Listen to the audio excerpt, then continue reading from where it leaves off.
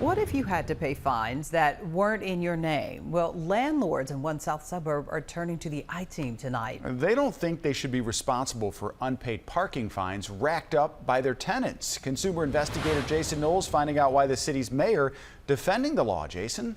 Rob, Cheryl, they're other people's fines. Markham's new mayor tells the I-Team that landlords are responsible for tenants' fines on and around their properties if the tenant doesn't pay.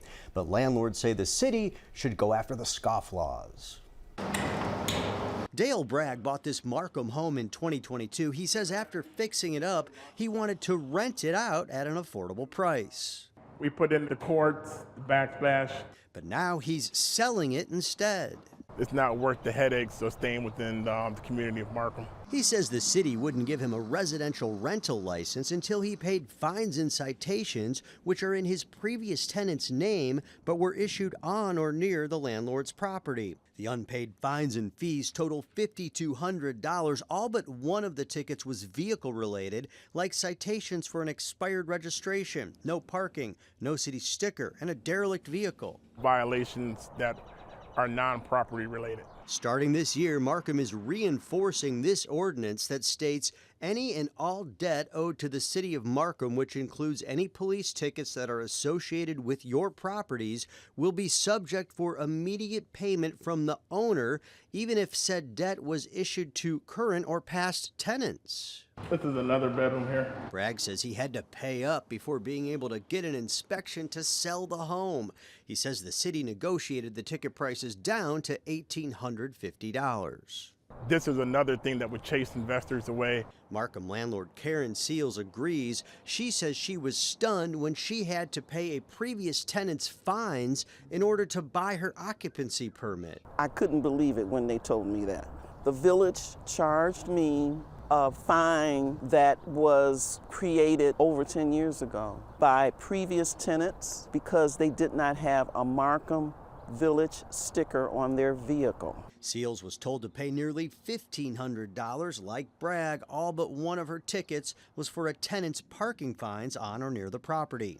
After negotiating with the city of Markham, her bill was lowered to $400. Many of us, want to just sell and get out. And then you're going to have more boarded up houses in Markham. But Markham's new mayor says the bottom line is the tickets are tied to the landlords. The citations were listed under the tenant's name. Correct. So but the thing in question is not the name of the tenant. The thing in question is who the property owner is.